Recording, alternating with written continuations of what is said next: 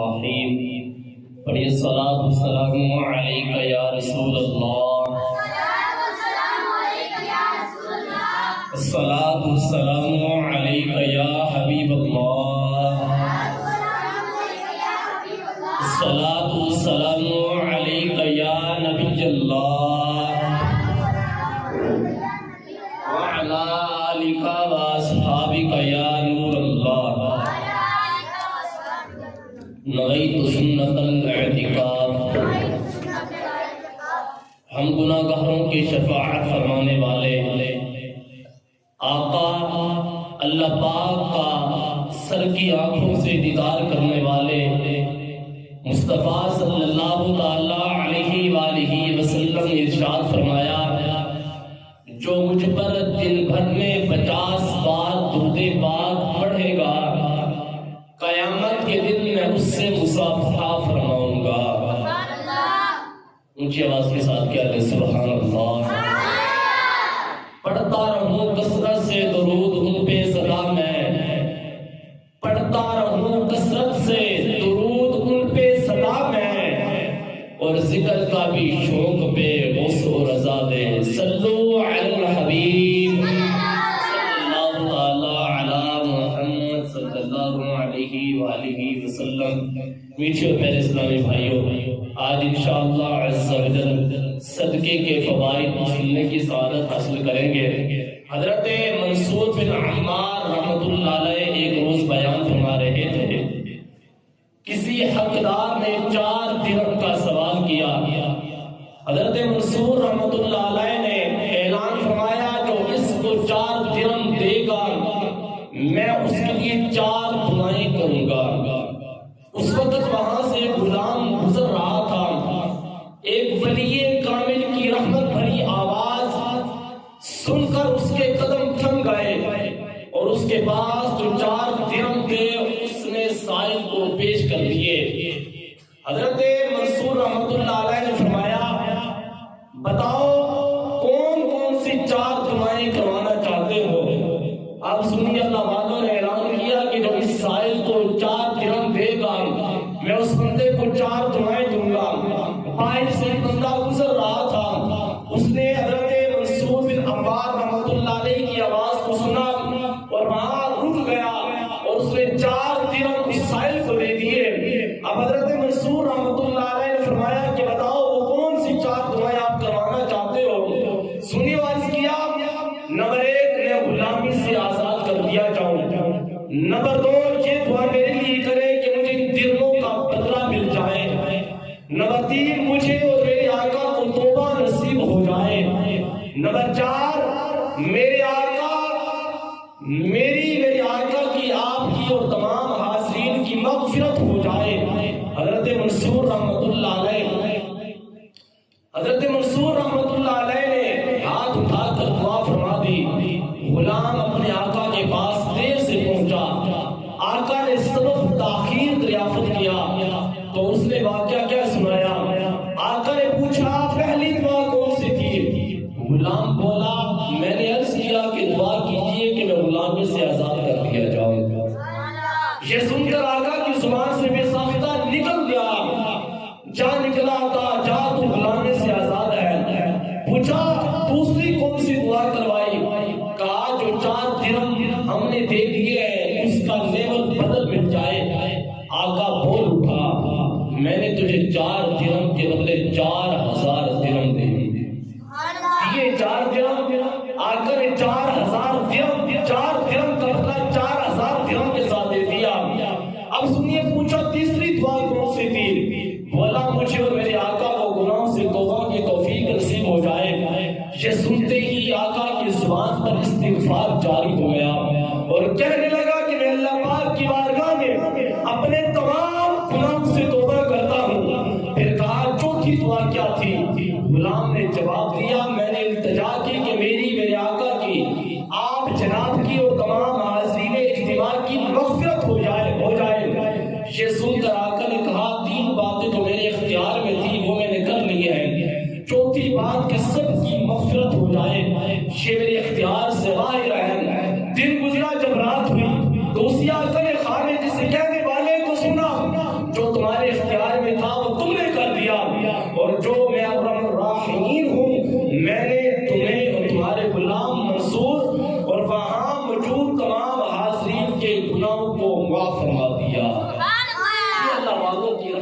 سبب ہے پیارے اسلامی بھائیوں، سبقت رحمتی علی غضبی، سبقت رحمتی علی غضبی، جب سے تو نے سنا دیا یا رب آسرا ہم گناہگاروں کا، آسرا ہم گناہگاروں کا اور مضبوط ہو گیا یا رب، زن نہیں بلکہ ہے یقین مجھے وہ بھی تیرا دیا ہوا یا رب، ہوگا دنیا میں قبر و محشر میں مجھ سے اچھا معاملہ یا رب۔ دنیا کے اندر بھی رب کائنات نے ہمارے ساتھ اچھا معاملہ فرمایا، امید ہے کہ آخرت کے اندر بھی رب کائنات ہمارے ساتھ اچھا معاملہ فرمائے گا۔ آئیے پیارے اسلامی بھائیوں، قربان جائے رائے خدا میں مال خرچ کرنے سے کیسی کیسی برکتیں حاصل ہوتی ہیں۔ سنیے، اس غلام نے صرف 4 درہم صدقہ کیا، اللہ پاک نے اسے اس کے آقا کے ذریعے ان 4 درہم کے بدلے 4,000 درہم عطا فرما دیے، اور اس غلام کو غلامی سے آزادی ملی۔ اللہ پاک نے اس 4 درہم کی برکت سے غلام اور اس کے آقا سمیت کئی لوگوں کی مغفرت فرما دی۔ 4 درہم دیے، 4,000 درہم اس غلام نے نہیں دیے، رب کائنات نے 4 درہم کی برکت سے اس بندے کے، اس کے آقا کے، حضرت منصور بن رحمت اللہ علیہ کہ جو اجتماع کے اندر عوام آئی تھی، اللہ پاک نے 4 درہم کی برکت سے رب کائنات نے تمام کے گناہوں کو معاف فرما دیا۔ رب کی رحمت بہت وسیع و عریض ہے۔ آئیے سنیے، اس حکایت سے یہ بھی معلوم ہوا کہ اللہ والوں کی دعائیں حاصل کرنے کا کوئی موقع ہاتھ سے نہیں جانے دینا چاہیے۔ اللہ پاک کی نیک بندے جب اللہ پاک سے کسی چیز کا سوال کرتے ہیں تو وہ ان کے سوالات کو رد نہیں فرماتا۔ اس حکایت سے ایک مدنی پھول یہ بھی حاصل ہوا کہ اللہ پاک کی راہ میں اخلاص کے ساتھ صدقہ کرتا ہے، اللہ پاک اس کو ضرور اجر عطا فرماتا ہے۔ لہذا ہمیں بھی چاہیے کہ وقتاً فوقتاً اللہ پاک کی راہ میں حسب توفیق ضرور صدقہ کیا کریں۔ انشاءاللہ الکریم اللہ پاک اس کی بے شمار دینی اور دنیاوی برکتیں حاصل ہوں گی، اور اللہ پاک کی راہ میں صدقہ و خیرات کرنے کی اہمیت و فضیلت کا اندازہ اس بات سے لگائیے کہ خود ہمارے پیارے پروردگار نے قرآن کریم میں صدقہ و خیرات کرنے کا حکم ارشاد فرمایا، اور مختلف مقامات پر صدقہ و خیرات کرنے والوں کے تعریفوں کو توصیف بھی بیان فرمایا کہ جیسے کہ 12 سورہ بقرہ 2 اور 3 میں ارشاد ہوا، ہدی للمتقین الذین یؤمنون بالغیب ویقیمون الصلاۃ ومما رزقناہم ينفقون۔ فرمایا ایمان والو، ہدایت ہے در والوں کو وہ جو بے دیکھے ایمان لائے اور نماز قائم رکھے اور ہماری دی ہوئی روزی میں سے ہماری راہ میں اٹھائے۔ رب کائنات نے جو ہمیں رزق عطا فرمایا نا، اس رزق میں سے رب کی بارگاہ کے اندر، رب کی راہ کے اندر بھی خرچ کیا کریں۔ آئیے سنیے، صدر الفاضل حضرت علامہ مولانا مفتی سید محمد احمد بن مراد آبادی رحمت اللہ علیہ آیت مبارکہ کے حصے فَمِمَّا رَزَقْنَاهُمْ يُنْفِقُونَ کے تحت فرماتے ہیں کہ راہ خدا میں خرچ کرنے سے یا تو زکوٰۃ مراد ہے یا مطلق انفاق، یعنی راہ خدا میں مطلق خرچ کرنا مراد ہے، جیسے صدقات فرض واجب ہو، جیسے زکوٰۃ نظر اپنا اور اپنے اہلِ کا نفقہ وغیرہ، خواہ مستحب جیسے صدقات نافلہ، اموات کا اصالہ ثواب۔ مسئلہ 11ویں شریف فاتحہ 40واں بھی اس میں داخل ہے کہ وہ سب صدقات نافلہ ہے۔ کوئی بندہ ہر مہینے 11ویں کے لیے پیسے دے دیتا ہے، مسجد کے لیے دے دیتا ہے، ملاد مصطفیٰ کے لیے دے دیتا ہے، یا 40ویں کے اندر یا تیجے کے اندر ختم جہنم کے اندر پیسے ملا دیتے ہیں، یہ صدقات نافلہ ہوتا ہے۔ پیارے اسلامی بھائیوں، واقعی بہت خوش نصیب ہے وہ مسلمان جو اپنے مال کے حقوق واجبات ادا کرتے ہیں۔ خوش نصیب ہے وہ مسلمان جو خوش دلی سے پر وقت پوری زکوٰۃ فطرہ ادا کرتے ہیں۔ خوش نصیب ہے وہ مسلمان جو اپنے مال کو ماں باپ، بہن بھائی اور اولاد پر خرچ کرتے ہیں۔ خوش نصیب ہے وہ مسلمان کہ جو اپنا مال، وہ مسلمان جو اپنے رشتہ داروں کی موت پر ان کے سارے ثواب کے نتیجہ 10واں 40واں فرسی وغیرہ کے کر کے مساکین کو کھانا کھلاتے ہیں۔ خوش نصیب ہے وہ مسلمان جو اچھی نیت مسجدوں کے ساتھ لنگر رسویہ، مسلمانوں کو کھانا کھلانا، سحری و افطاری کرنا ترکیب کرتے ہیں۔ خوش نصیب ہے وہ مسلمان جو حقوق اعلیٰ کا لحاظ رکھتے ہوئے اخلاص کے ساتھ قرآن خوانی، اجتماعی ذکر و نعت، سنت و اجتماعات کے انعقاد پر خرچ کرتے ہیں۔ خوش نصیب ہے وہ مسلمان جو مساجد و مدارس، جامعۃ المدینہ، مدرسۃ المدینہ پر وغیرہ کی تعمیر و ترقی اور روزمرہ کے اخراجات میں حصہ لیتے ہیں۔ خوش نصیب ہے وہ مسلمان جو دینی طلبہ و طالبات پر اپنا مال خرچ کرتے ہیں۔ اخلاص کے ساتھ اس طرح خرچ کرنے والوں کو اللہ پاک اپنے فضل سے دگنا بلکہ اس سے بھی زیادہ عطا فرمائے گا۔ اور آئیے ہم بھی ہاتھوں ہاتھ نیت کرتے ہیں کہ اللہ پاک کی رضا کے لیے نہ صرف خود اپنا حصہ اس مسجد میں ڈالیں گے بلکہ اپنی عطیات دعوت اسلامی کو دیں گے۔ ایک دعوت اسلامی کی مسجد ہے، یہاں اگر ہم راہ خدا میں خرچ کریں گے، دعوت اسلامی کے ساتھ تعاون کریں گے، یقیناً دنیا کے اندر بھی ہمارے لیے فائدہ مند ہوگا، آخرت کے اندر بھی ہمارے لیے فائدہ مند ہوگا۔ میں سب دولت راہ حق میں لٹا دوں، میں سب دولت راہ حق میں لٹا دوں، شاہ ایسا مجھے جذبہ عطا ہو، عطا کر دو مجھے وہ بھیک داتا، میرے سارے قبیلے کا بھلا ہو۔ بندہ جب بھی راہ خدا میں خرچ کرے نا تو بندہ اللہ پاک کی بارگاہ میں دعا کرے، یا اللہ ہم جو بھی مال خرچ کرتے ہیں اس سے ہماری اولاد کو بھی فائدہ ہو، ہمارے جو مر گئے ہیں ان کو بھی فائدہ ہو، اور کل قیامت کے دن ہمیں اس چیز کا فائدہ ہو کہ اگر ہماری نیکیاں کم پڑ جائیں، جو دنیا میں ہم نے رہ کر رائے خدا میں اپنا مال خرچ کیا ہوگا، کاش کہ وہ قیامت کے دن جب بندے کے نام اعمال میں آ جائے گا تو یقیناً بندے کی آخرت سمجھ جائے گی، رب کائنات اس کو جنت کا داخلہ عطا فرما دے گا۔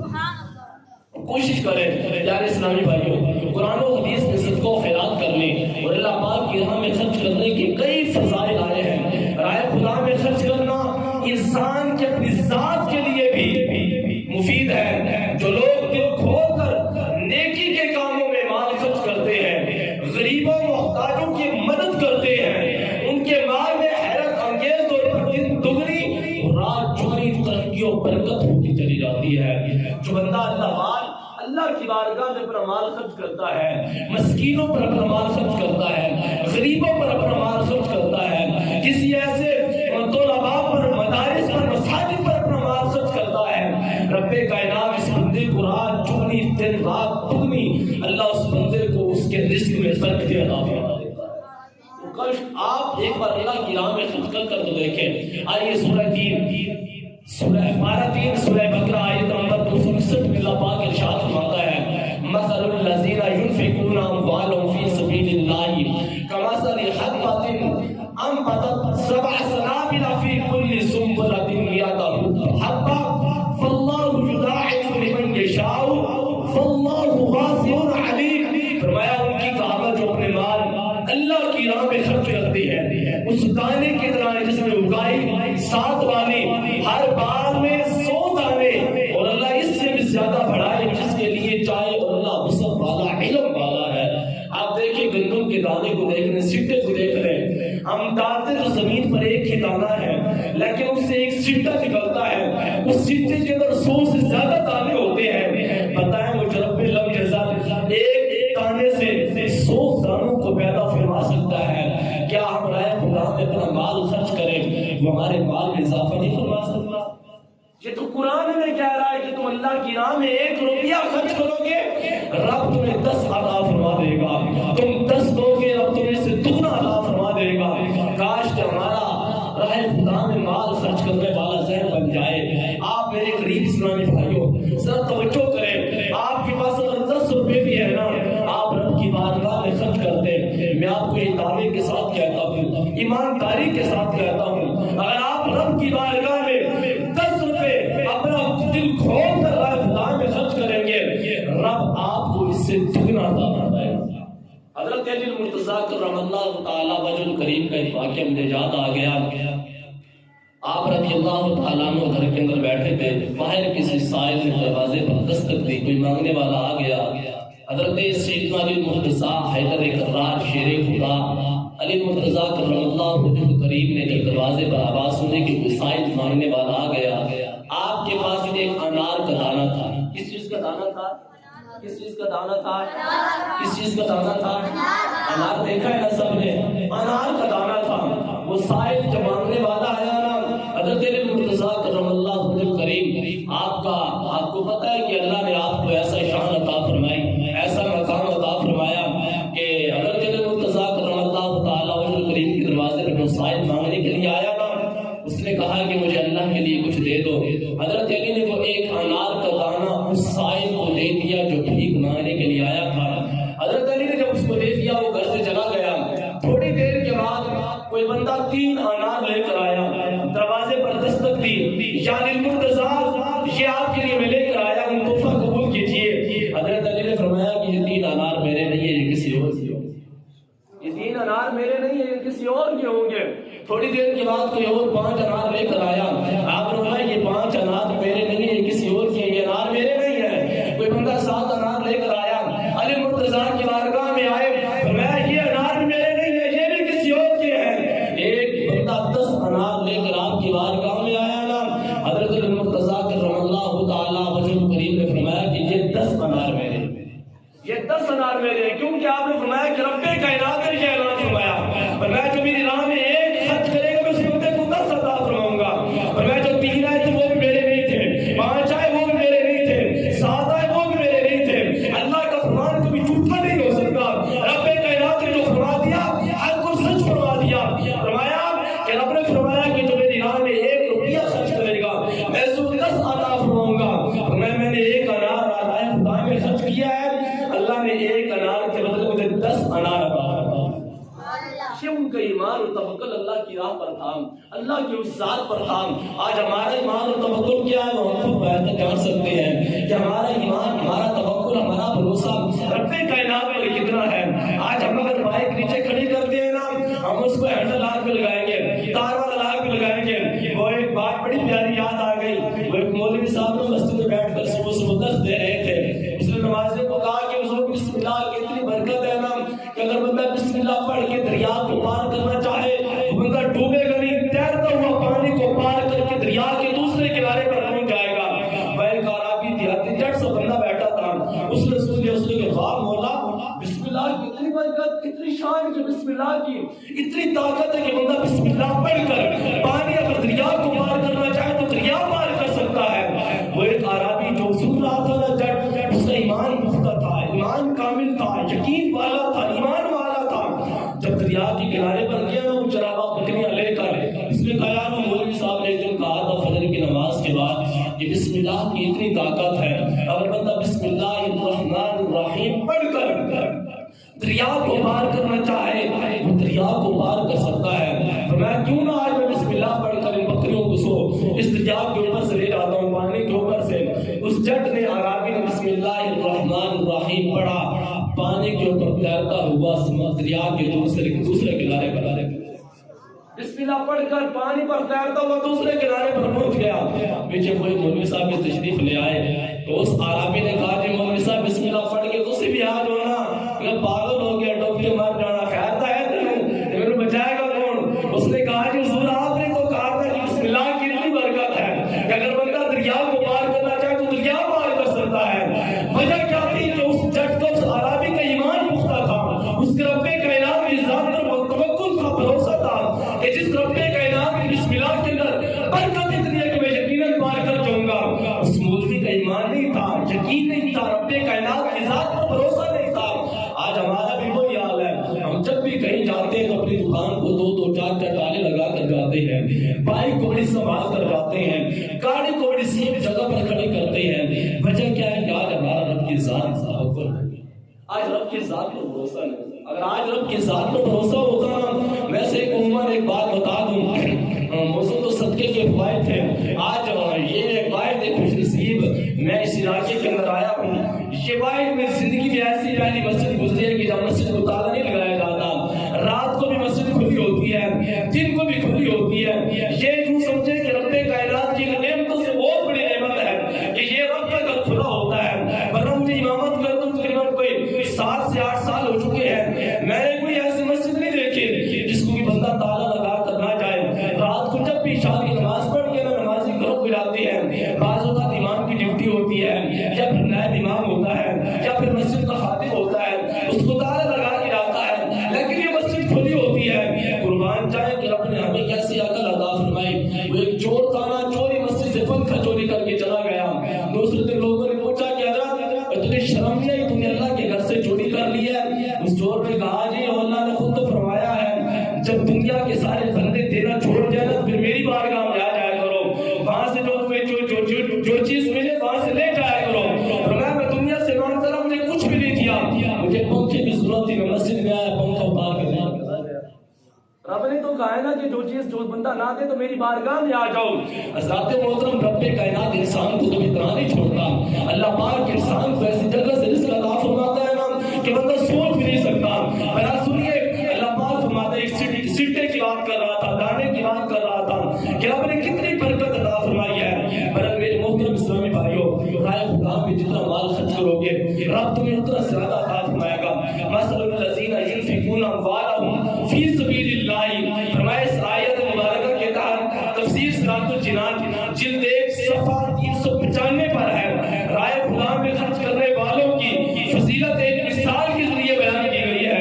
یہ ایسا ہے کہ جیسے کوئی آدمی زمین میں ایک دانہ بیج ڈالتا ہے جس سے 7 بالیاں ہوتی ہیں، ہر بالی میں 100 دانے پیدا ہوتے ہیں، گویا ایک دانہ بیج کے طور پر ڈالنے والا 700 گنا زیادہ حاصل کرتا ہے، 700 زیادہ گنا حاصل کرتا ہے۔ فرمایا اسی طرح جو شخص رائے خدا میں خرچ کرتا ہے اللہ پاک اسے اس کے اخلاص کے اعتبار سے 700 گنا زیادہ ثواب عطا فرماتا ہے۔ اور یہ بھی کوئی حد نہیں بلکہ اللہ پاک کے خزانے بھرے ہوئے ہیں، اور وہ کریم و جواد ہے، جس کے لیے چاہے اسے اس سے بھی زیادہ ثواب عطا فرما دیتا ہے۔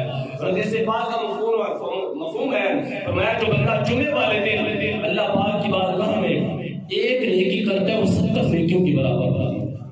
جو بندہ ایک نیکی کرے وہ 70 نیکیوں کی برابر ہوتی ہے، اور جو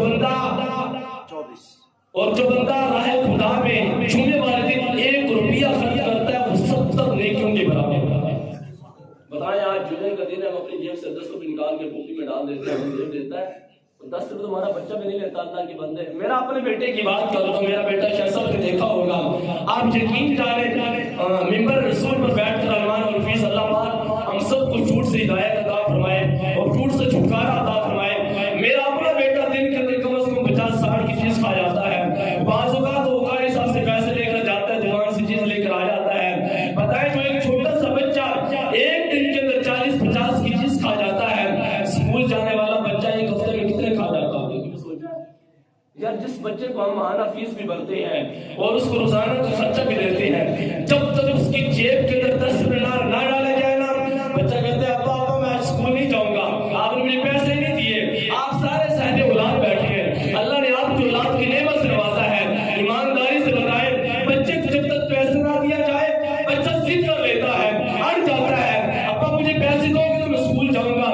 بچے اسکول سے واپس آ کر جب مدرسے میں شام کو پڑھنے کے لیے آتے ہیں تب بھی اپنی امی سے 10 روپے لے کر آتے ہیں، تب بھی اپنی امی سے 10 روپے لے کر آتے ہیں کہ ساتھ مدرسے کے ساتھ دکان ہے وہاں کر جا کر چیز لیں گے۔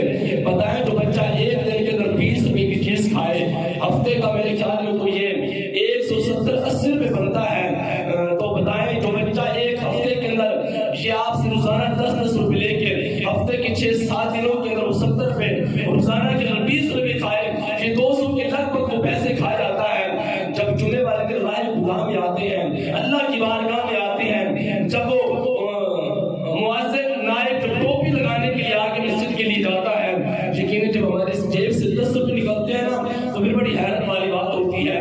کوشش کیا کرے رب کائنات کی بارگاہ میں ایسا مال خرچ کیا کرے جو دنیا کے اندر بھی ہمارے لیے مقبولیت والا بن جائے، آخرت کے اندر بھی مقبولیت والا سبب بن جائے۔ کیا اسلامی بھائیوں، رائے خدا میں خرچ کرنا یقیناً ایسی برکت ہے کہ بندہ سوچ بھی نہیں سکتا۔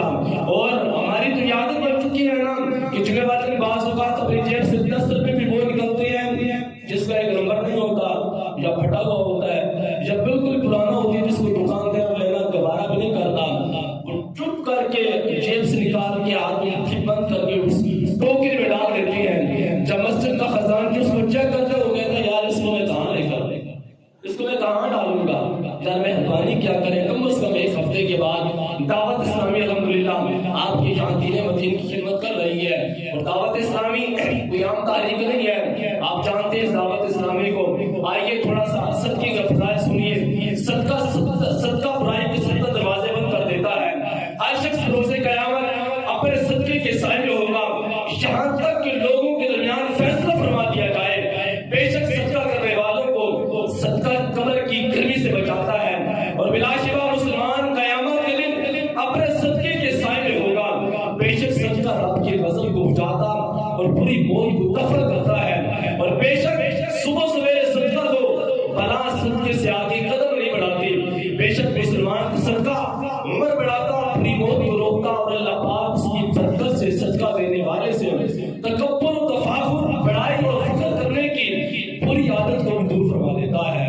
اور جو اللہ پاک کی رضا کی خاطر صدقہ کرے تو وہ صدقہ اس کے اور اس آگ کے درمیان پردہ بن جاتا ہے.